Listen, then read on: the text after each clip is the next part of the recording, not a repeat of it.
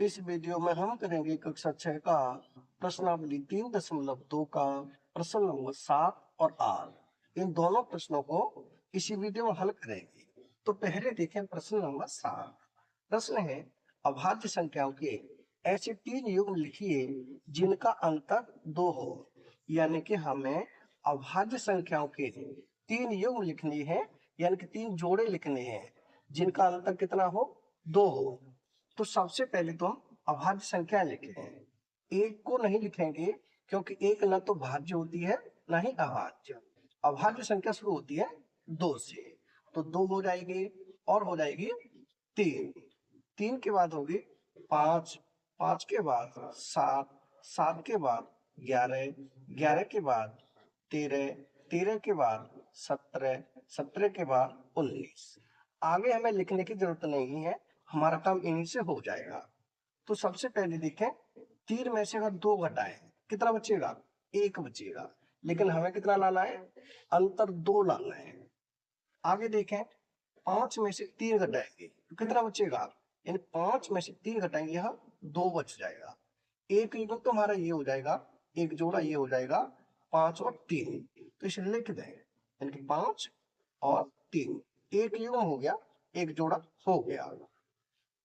आगे देखें, अगर 7 में से 5 घटाएं कितना बचेगा, यहां भी 2 बच जाएगा। 7 में से 5 घटाने पर 2 बच जाएगा। तो अगला जोड़ा हो जाएगा, अगला युग्म हो जाएगा 7 और 5। तो यहां लिख दें 7 और 5। दूसरा युग्म ये हो गया। अब देखें तीसरा, अगर हम 11 में 7 घटाएंगे तो 2 नहीं बचेगा, और 13 में से 11 घटाएंगे तो 2 बच जाएगा। हमें 2 ही लाना है क्योंकि दिया हुआ है अंतर 2 होना चाहिए। तो अगला युग्म हो जाएगा 13 और 11, क्योंकि 13 में से अगर हम 11 घटाएंगे तो कितना बचेगा, 2 बचेगा।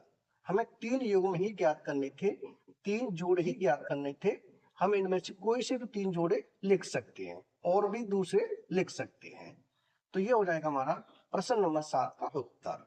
यानी पहला जोड़ा हो गया 5 और 3, दूसरा जोड़ा हो गया 7 और 5, तीसरा जोड़ा हो गया 13 और 11।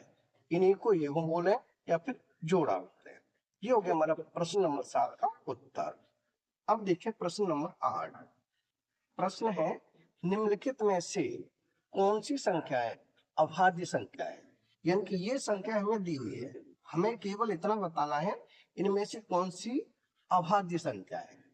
तो सबसे पहले देखें ए में संख्या 23। अब 23 में किस किस का भाग जाता है, यानी यहाँ लिख लें ऐसी है 23। तो 23 के गुणनखंड क्या होती है, 23 में 1 का भाग जाता है और स्वयं 23 का जाता है। यानी 23 और 1 के अलावा और किसी भी संख्या का भाग नहीं जाता है। तो जब किसी संख्या के केवल 2 गुणनखंड होते हैं तो वो होती है अभाज्य संख्या। तो 23 कैसी हो जाएगी, ये हो जाएगी अभाज्य संख्या। या लिख दें अभाज्य, अभाज्य संख्या, संख्या है। यानी कि 23 अभाज्य संख्या है। अब देखें बी, बी में कितना है 51। तो यहाँ 51 को भी लिखें। 51 में किसका भाग जाता है, 1 का भाग जाता है, और इसमें 3 का भी जाता है और 17 का भी जाता है और किसका 51 का जाता है। यानी कि 2 से ज्यादा गुणनखंड हैं। जब 2 से ज्यादा गुणनखंड होते हैं तो वो संख्या होती है भाज्य। कैसी होती है, भाज्य। यानी कि 51 कैसे हो जाएगी, 51 हो जाएगी भाज्य संख्या।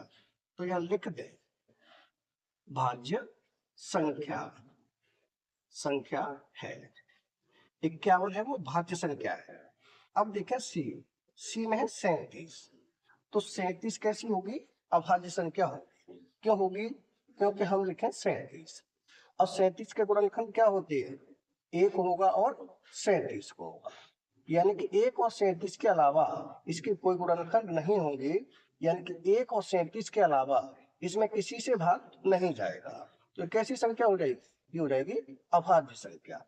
तो यहां लिख दें अभाज्य संख्या, अभाज्य, अभाज्य संख्या है। यानी कि 37 अभाज्य संख्या है। अब देखें डी, डी में है 26। 26 कैसी होगी? 26 हो जाएगी भाज्य संख्या, क्योंकि 26 एक सम संख्या है और सम संख्या में 2 से भाग जाता है, तो इसके गुणनखंड होंगे 2 हो जाएगा, यानी 2 का भाग 26 में जाता है और 13 का भी जाएगा और 26 का, यानी 2, 13 और 26 इन तीनों संख्याओं से भाग चला जाता है। यानी 2 से अधिक गुणनखंड है। जब किसी संख्या के 2 से अधिक गुणनखंड होते हैं तो वो होती है भाज्य संख्या। तो 26 कैसी हो जाएगी? ये हो जाएगी भाज्य संख्या। यह हल करें, भाज्य संख्या, संख्या है। हमें क्या बताना था? केवल अभाज्य संख्या बता रही थी। तो 23 है अभाज्य संख्या और 37 है अभाज्य संख्या, बाकी 51 और 26 ये दोनों भाज्य संख्या है। यही हो जाएगा हमारा प्रश्न नंबर 8 का उत्तर। यानी कि प्रश्न नंबर 7 और 8 दोनों हो चुके हैं कंप्लीट। अगर वीडियो पसंद आए तो लाइक करें, कमेंट करें, अपने दोस्तों के साथ शेयर करें। धन्यवाद।